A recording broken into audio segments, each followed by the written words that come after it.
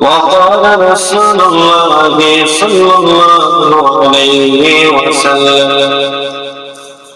هما جنتك والنار أو كما قال عليه الصلاة والسلام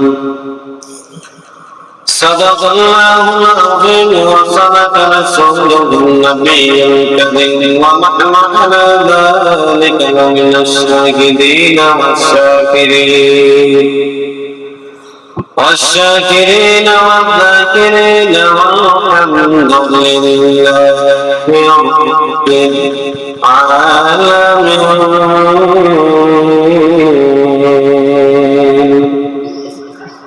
إن الله وملائكته يصلون على النبي يا أيها الذين آمنوا صلوا عليه وسلموا تسليما. اللهم صل على محمد وعلى آل محمد كما صليت على إبراهيم وعلى آل إبراهيم إنك حميد مجيد. اللهم بارك على محمد وعلى آل محمد كما باركت على إبراهيم وعلى آل إبراهيم إنك حميد مجيد. السلام عليكم ورحمة الله وبركاته.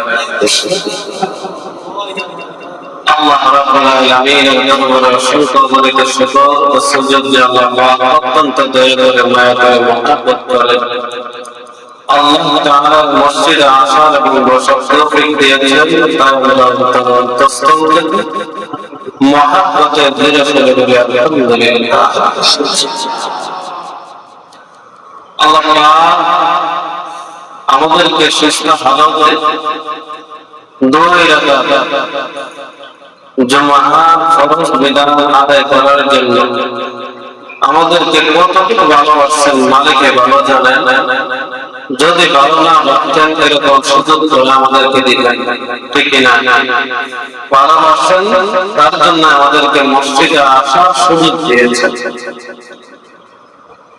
জুম্মার দিন আযান হয়ে গেলে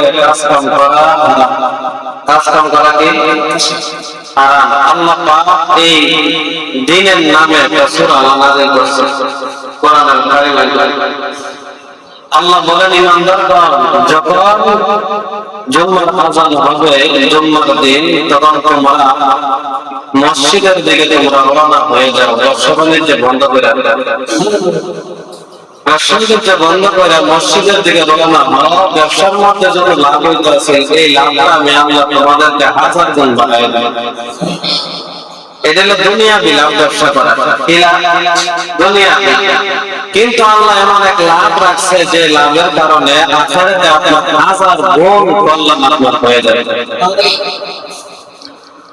তাহলে আমরা জুম্মার দিন আযান হয়ে গেলে কাজ কাম সব বন্ধ, মসজিদের দিকে রওনা হব। এটা কার কথা? তাহলে আমরা প্রতি জুম্মার দিন আযান হলে কাজ কাম চাইরা মসজিদের দিকে রওনা হব ইনশাআল্লাহ। আল্লাহ যেন আমাদের সবাইকে তৌফিক দান করেন। কোরআনুল কারীমের 17 নম্বর সূরা সূরাতুল বনী ইসরাঈলের 23 এবং 34 নম্বর আয়াত তেলাওয়াত করেছে। 15 নম্বর পারা 3 নম্বর পৃষ্ঠা আল্লাহ রাব্বুল আলামিন বলেন, সরাসরি আমরা আয়াতের মধ্যে চলে যাব। وَقَضَى رَبُّكَ أَلَّا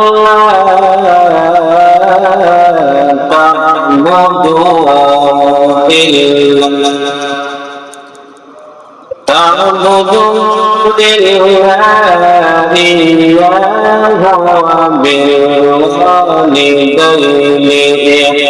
إِحْسَانًا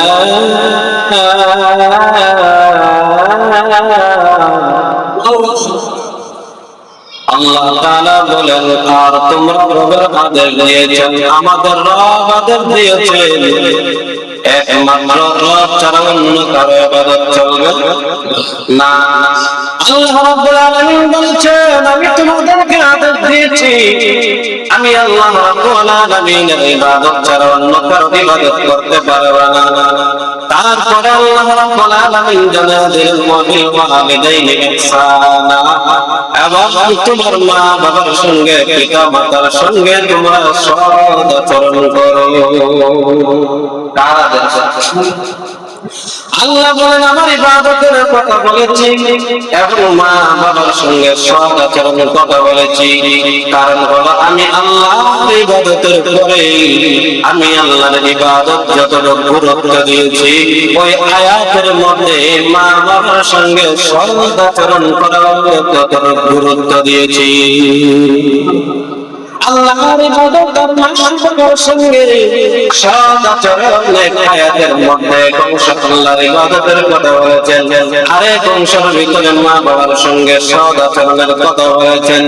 আল্লাহ তাআলা এর পরের অংশের মধ্যে জানিয়ে দিলেন, ইন্না ইয়াবলুগান্না ইনদাকাল কিবারা আহাদুহুমা, তোমাদের মা বাবা মাতা পিতা যদি উভয় তোমাদের নিকট বার্ধক্যের কারণে যদি উপনীত হয়, বৃদ্ধ হয়ে গেছে, মা অথবা বাবা দুইজনের মধ্যে একজন থাকে অথবা উভয় যদি থাকে, আল্লাহ তাআলা জানিয়ে দিলেন, ইনদাল কিবারা আহাদুহুমা আও কিলাহুমা ফালা তাকুল লাহুমা, তোমরা তোমাদের মাকে শব্দটা বলাইবা না, এমনকি তোমাদের মা বাবার সঙ্গে তোমরা খারাপ আচরণ তোমরা করবা না।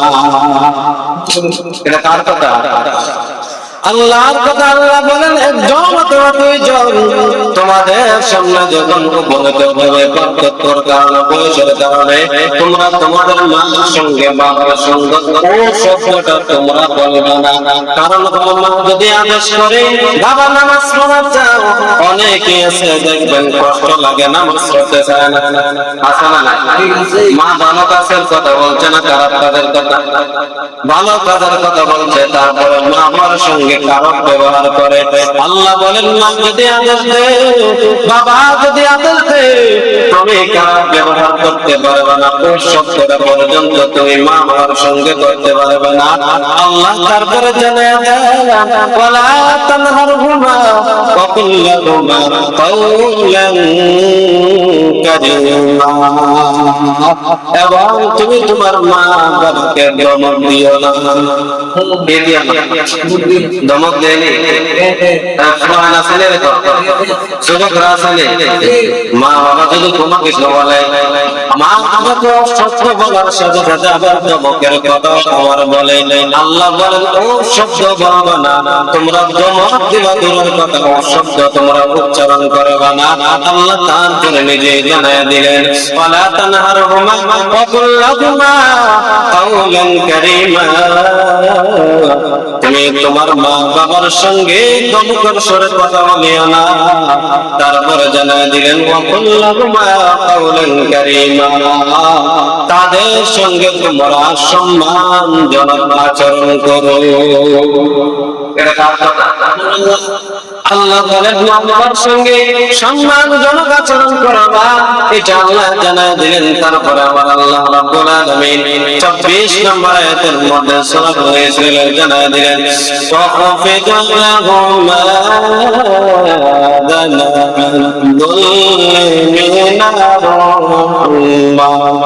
আল্লাহ জানায় দিলেন তোমার মা তোমার বাবা তোমার সঙ্গে যদি বৃদ্ধ বয়স হয়ে যায়, তার কারণে তোমরা তাদের সঙ্গে বিনয়ের ডানা তোমরা বিছিয়ে দাও। আর আল্লাহ রাব্বুল আলামিনের কাছে দোয়া করো ওয়া কুর রাব্বিরহামহুমা কামা রাব্বায়ানি সগীরা, আল্লাহ তাদের প্রতি রহম করো, যেভাবে আমাদেরকে শৈশবকালে লালন পালন করেছে তাদেরকেও ঠিক তেমনি ভাবে আপনি তাদের প্রতি রহম করো। সুবহানাল্লাহ। মা বাবার আদেশ, মা বাবা যদি মারা যায়, এই দোয়া করার কথা কে বলছেন? আল্লাহ নিজে বলছেন তোমরা তোমার মা বাবার জন্য কি করো? দোয়া করো। এখন আসেন আমরা কয়েকটা মা বাবার হক আমরা জেনে নিই।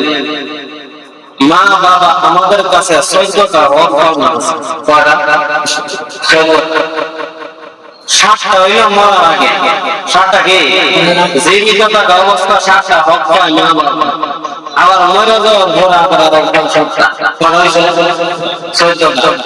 জীবিত থাকা অবস্থা ৭টা, মরার পরে ৭টা, হইল কয়টা? ১৪টা।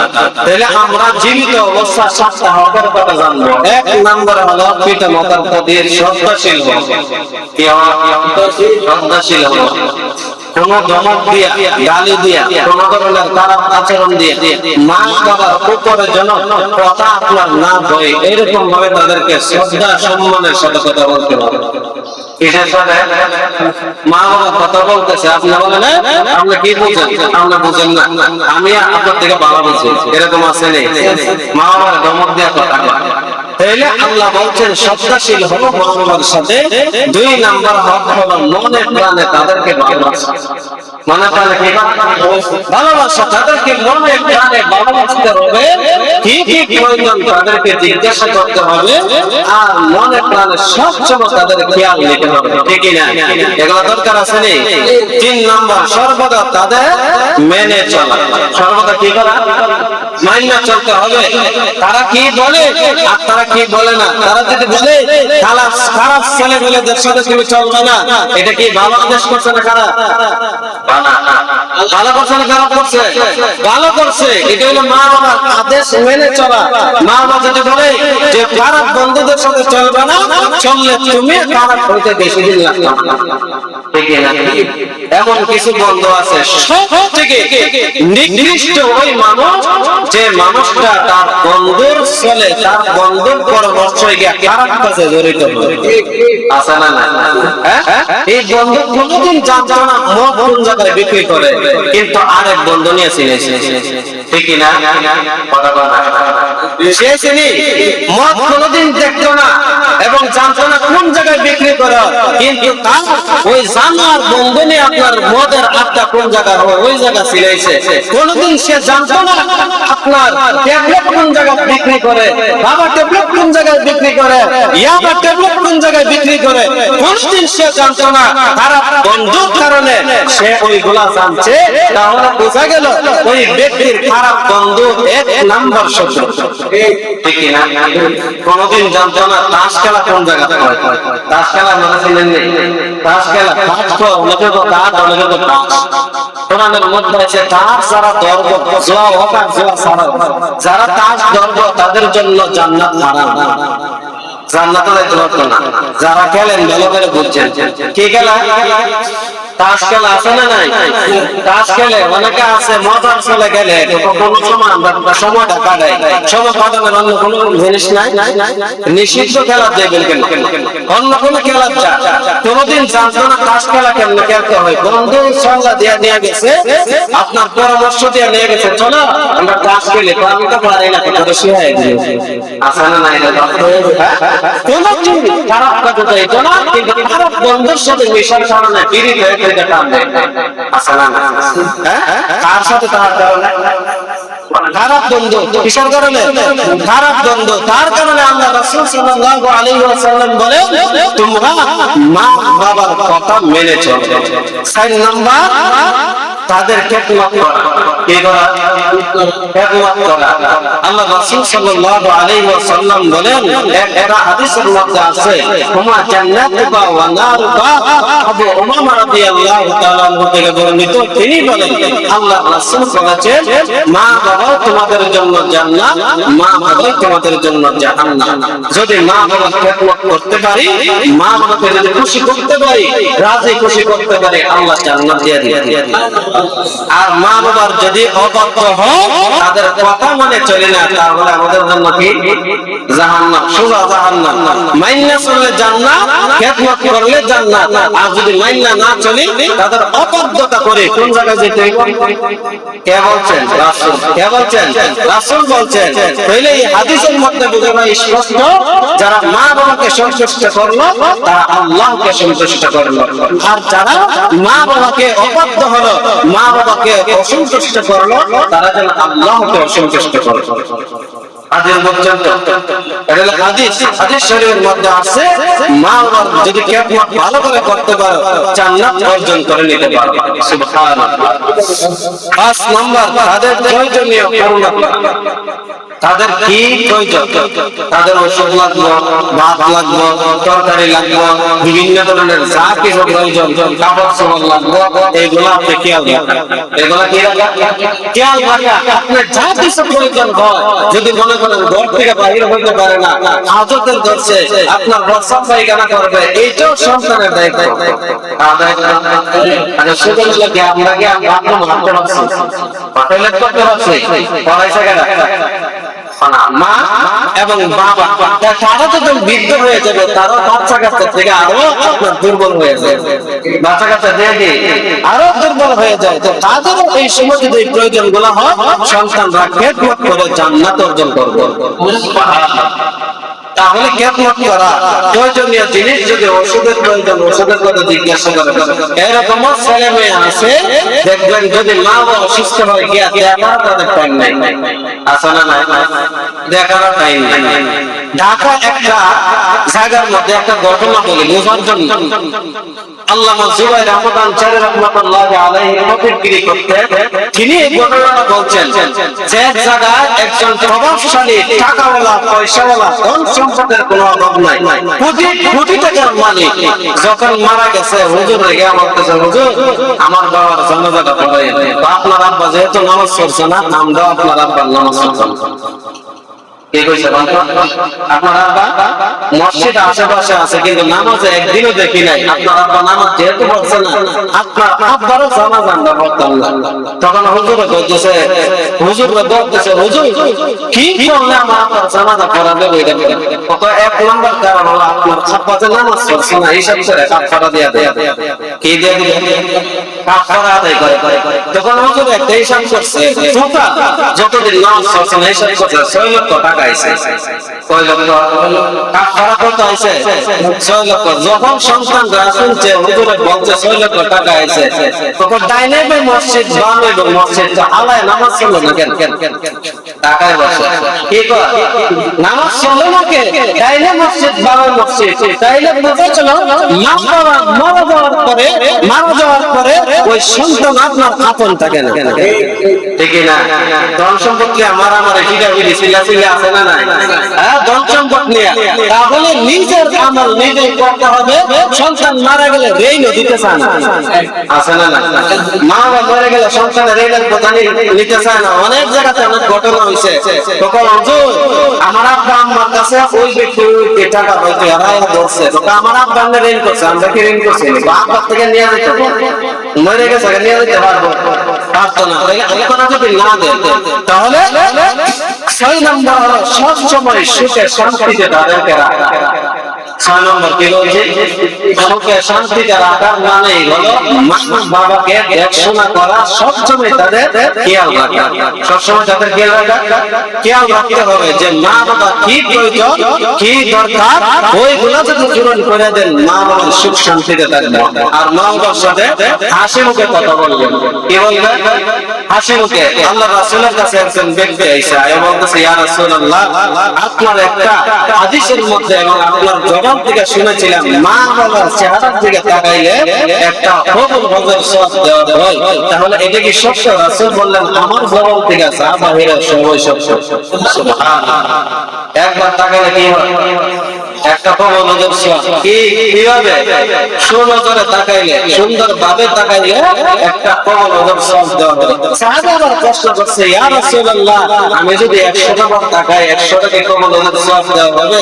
আল্লাহ রাসূল বলছে, অবশ্যই আল্লাহর কাছে কোনো কিছু কমতি নাই, 100টাই কবুল হজের সওয়াব তোমার আমলনামায় দেওয়া হবে। এই নজরে তাকাইতে হবে, সুনজরে তাকাবেন সুন্দর ভাবে। কোনদিন অনেকে আছে মা বাবাকে সালাম দেন, কি দেন? সালাম। সালাম অর্থ কি আপনারা বলেন? শান্তি। সালাম অর্থ কি? বাহিরে শান্তি বিলীন করে ঘরে শান্তি নাই, ঠিক না? স্ত্রীরা শান্তি দিয়ে সালাম দেন। অনেকে আছে স্ত্রীরা গিয়ে তরকারি দেন, আরে ভালো ব্যবহার করেন না, সুন্দর করে সালাম দেন আগে ঘরের ভিতরে ঢুকিয়া। আপনি স্ত্রী আছেন, স্বামী ঢুকার সাথে সাথে সালাম দেন, এই ঘরের ভিতরে শান্তি আসবে না তো দুঃখ আসবে না, শান্তি আসবে না। শান্তি সালাম অর্থই শান্তি। আপনার ঘরের ভিতরে শান্তি আপনি দরজা করতে পারেন না, বাহির দিয়ে শান্তি আনবেন। আপনার ঘর থেকে শান্তি আনতে হয়, সালাম প্রচার করেন, এমনিতেই আপনার শান্তি আইসা বলবে ইনশাআল্লাহ। ঘরের ভিতরে মা বাবারে আত্মীয় স্বজন যারা আছে তাদেরকে সালাম দিবে। সালাম অর্থ শান্তি। আল্লাহ ওই ব্যক্তির উপর শান্তি বর্ষিত করেন। সুবহানাল্লাহ। তাহলে 7 নম্বর হলো নিয়মিত তাদের সাথে সাক্ষাৎ করা। নিয়মিত তাদের সাথে কি সাক্ষাৎ করা, দেখাশোনা করা। বলে নিয়মিত সাক্ষাৎ কিভাবে করবো? বলে নিমশার বাজারে আপনি কাজ করেন অথবা কুমিল্লা কাজ করেন, প্রতিদিন আইসা ঘরের ভিতরে ঢুকছেন আর বাহির হইছেন আর কুমিল্লা ধরতেছেন, মা বাবার কোনো দেখাশোনা নাই, এটার কথা বলে নাই। আল্লাহ রাসূল বলেছেন মা বাবার সাথে সাক্ষাৎ করো মানে দেখাশোনা করো। মা বাবার সাথে কি লাগে কি না সবকিছু তার কাছ থেকে দুঃখ কষ্ট তাদের কাছ থেকে শোনো, পাশে বসো, বসে তারপরে তাদের দুঃখ কষ্ট গুলা শোনো। আর অনেকে আছেন মা বাবার সাথে এক ঘরে থাকে কিন্তু 1 মাসের ভিতরে দেখা সাক্ষাৎ এরকম আছে না? আল্লাহ রাসূল কি জানেন না যে এরকম হবে? তার কারণে তাদেরকে বলে দিয়েছে মা বাবার সাথে সাক্ষাৎ করো, মা বাবার দুঃখ কষ্ট গুলা তোমরা মনোযোগ সহকারে শোনো। সুবহানাল্লাহ। এখন হলো মৃত্যুর পরে সাক্ষাৎ। কিসের পরে? মৃত্যুর পরে সাক্ষাৎ ও মা বাবা। 1 নম্বর হলো তাদের মাগফিরাতের জন্য দোয়া করা। 1 নম্বর কি? মাগফিরাতের জন্য দোয়া করা। বেশিরভাগ মা বাবার জন্য দান সদকা করবেন। কি করবেন? দান সদকা। আল্লাহ আমার আব্বার নামে আমার আম্মার নামে তাদের পক্ষ থেকে আল্লাহ দিয়া দিলা, তাদের কবরে নেকিটা পৌঁছায় দেন। আর তাদের জন্য সবসময় নামাজ পড়া। আপনি যদি নিয়মিত দোয়া করতে পারেন, আপনি মারা গেলে আপনার সন্তান আপনার জন্য দোয়া করবে। আপনি যদি নামাজ পড়েন, আপনার সন্তান যদি আপনাকে দেখে নামাজ পড়বে, আপনার সন্তান নামাজ আসবে আর নামাজ আয়েশা আপনার জন্য দোয়া করবে। রব্বির রহমা কামা রাব্বায়ানি সগীরা, বেশিরভাগ দোয়া করবেন এই দোয়াটা, আর মাগফিরাতের জন্য দোয়া করবেন। 2 নম্বর হলো সওয়াব পৌঁছানো। কি পৌঁছানো? সওয়াব পৌঁছানো। বাবার জন্য মসজিদে দান করবেন, মাদ্রাসায় দান করবেন, রাস্তাঘাটে দান করবেন, ফকির মিসকিন এতিমদেরকেও দান করে দিবেন। তাহলে এই সওয়াবটা কি হবে? বাবার কবরে গিয়ে পৌঁছবে। মৃত্যুর আগ পর্যন্ত আপনি যদি দান করেন, আপনার বাবা কবরের মধ্যে দায়িত্ব সওয়াব পাইতে থাকবেন। সুবহানাল্লাহ। অনেকে আছে কোটি কোটি টাকার মালিক, লক্ষ লক্ষ টাকার মালিক বানিয়ে দিয়ে গেছে মা, কিন্তু দোয়া করনেওয়ালা এরকম সন্তান খুবই কম আছে সমাজ। ঠিক না?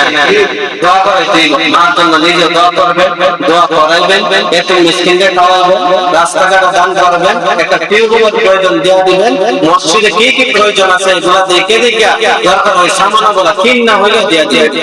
ঠিক না? এগুলা দিয়ে দিবেন। 3 নম্বর হলো তাদের সঙ্গে সাথে আত্মীয় স্বজনদের সাথে সৎ আচরণ করবেন। তাদের সঙ্গে আত্মীয় স্বজন কারা, ফুফুর আছে, কাকারা আছে, ভাই বোন যারা আছে, আত্মীয় স্বজন আশেপাশে বন্ধু আছে, বিভিন্ন যাদের সাথে চলাফেরা করতে, তাদের সাথে সৎ ব্যবহার করবে। তাদের সাথে কি করবে? সৎ ব্যবহার করবে। আল্লাহ রাসূল বলে এইটা তোমার মা, মৃত মা বাবার হক তোমার মধ্যে। তাদের সাথে কবিদের সাথে ভালো ব্যবহার করবেন, কাকাদের সঙ্গে ভালো ব্যবহার করবেন। এরকম অনেক সুফি আছে, অনেক কাকা আছে, অনেক আপন ভাই আছে, বছরের পর বছর কথা বলে আছে না নাই? রাসূল বলছেন 3 দিন যদি তারা কথা না বলে তারা মুমিন মুসলমান থাকেন। একে অপরের সাথে যদি কথা না বলে তাহলে 3 দিনের বেশি কথাবার্তা না বলে থাকবেন না। যদি আপনার চাচার সঙ্গে ঝগড়া হয়, আপনার ভাইয়ের সঙ্গে ঝগড়া হয়, আপনার বোনের সঙ্গে ঝগড়া হয়, যদি রাস্তাঘাটে দেখা হয়, তারে যদি ঝগড়া হয়ে গেছে, তাকে আগে সালাম দিবেন, চাচাকে সালাম দিবেন, চাচা আবার ভাতিজাকে সালাম দিবেন, ভাই আবার অপর ভাইকে সালাম দিবেন, দিয়া বলবেন আসসালামু আলাইকুম ভাই, কেমন আছেন? যত রাত হোক না কেন একবার, দুইবার, তিনবারের মতো করবে, ভাতিজা আলহামদুলিল্লাহ ভালো আছি। ঠিক না? এরকম করতে হবে। সালাম মানুষের আপনার অন্তরের মধ্যে মহব্বত, ভালোবাসা পয়দা করে। তার জন্য তো যুবক আর যুবতী সালাম দেওয়া নিষেধ। যুবক আর যুবতীকে সালাম দেওয়া নিষেধ। কারণ হলো 15 বছরের ছেলে আর 13 বছরের মেয়ের সালাম দেওয়া জায়েজ নাই। কারণ হলো তাদের প্রতি ভালোবাসা, মহব্বত তৈরি হয়ে যায়। এই কারণে ইসলামে এগুলো নিষেধ করা হয়েছে। যদি বয়স একটু ডিফারেন্স হয় তাহলে সালাম দিতে পারবেন। 3 নম্বর। 4 নম্বর হলো সঙ্গী সাথে আত্মীয় স্বজনদের সাথে সাহায্য করা। তাদেরকে কি করা? আপনার আব্বা, আপনার আম্মা মারা গেছে, তাদের আত্মীয় স্বজন অসহায় আছে, তাদেরকে কি করবেন? দান করবেন, তাদেরকে সহযোগিতা করবেন। টাকা দেওয়া হোক, পয়সা দেওয়া হোক, অর্থকর্মকে আপনার ওই মুখের জবান দেওয়া হোক, তাদেরকে সাহায্য করতে হবে। তাদেরকে কি করতে হবে? সাহায্য করতে হবে। 5 নম্বর ঋণ পরিশোধ করা। 5 নম্বর কি? ঋণ পরিশোধ করা। বলে বাবা হয়ে গেছে 30 কোটি টাকার মালিক, 30 কোটি টাকা সম্পদ হয়ে গেছে, মানুষের মাত্র 5 লক্ষ টাকা। মানুষের কত? এই টাকা হিসাব না করে 5 লক্ষ টাকা হিসাব করে, তো কয়টা আমরা দিতে পারতাম না। আমাদের ভাইকিন যারা আছে, বাপ বড়রা করে সবাই নিয়ে গেছে। কিন্তু এই কথাটা কয় না যে ঋণের কারণে আসমান এবং জমিনের মধ্যবর্তী অবস্থা বাবার রূহটাকে লটকায় দেওয়া হয়। জ্বলন্ত অবস্থা। কি অবস্থা? যতক্ষণ না পর্যন্ত আপনার ঋণ পরিশোধ করবেন, ততক্ষণ পর্যন্ত এই রূহ উপরের দিকে উঠে না। আল্লাহ রাসূল যাদের আগে জানাজার নামাজের সামনে দাঁড়িয়ে জিজ্ঞাসা করতো এই ব্যক্তির ঋণ আছে নি? ঋণ যদি থাকতো সাহাবাদেরকে বলতো তোমরা জানাজা পড়ে ঋণ কি মারাত্মক। ঋণ থাকলে রাসূল জানাজা পড়তেন না, সাহাবাদেরকে বলতেন তোমরা জানাজা পড়ে না। তাহলে বোঝা গেল ঋণ রাখিয়া মরা সবথেকে নিকৃষ্ট একটা কাজ। সবথেকে কি?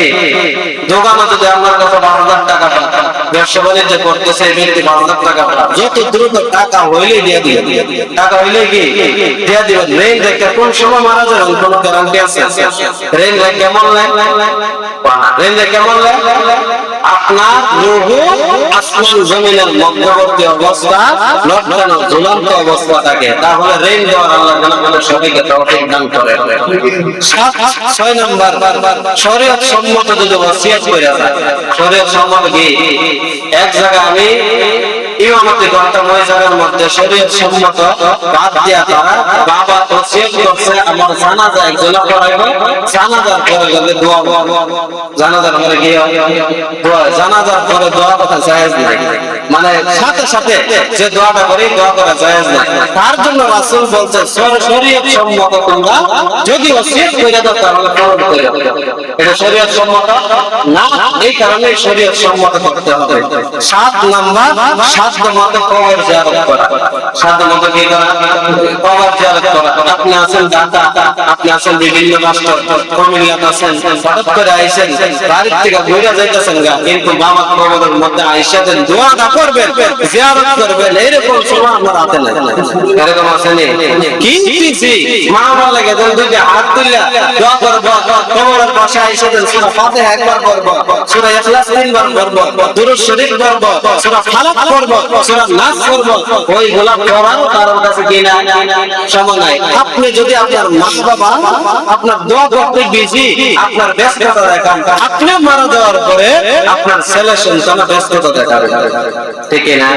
তাহলে আপনি মা বাবার প্রতি পড়া বলছি আমি সহ্যটা, এই সহ্যটা হক দরকার হলো, আপনি এটা দেখবেন, দেখে আমার সহ্যটা হক আদায় করবেন, আপনার সন্তান আপনার হক আদায় করবে, ঠিক না? আল্লাহ তাআলা আমাদের সবাইকে বোঝার মতো তৌফিক দান করেন, সকলে বলি আমি।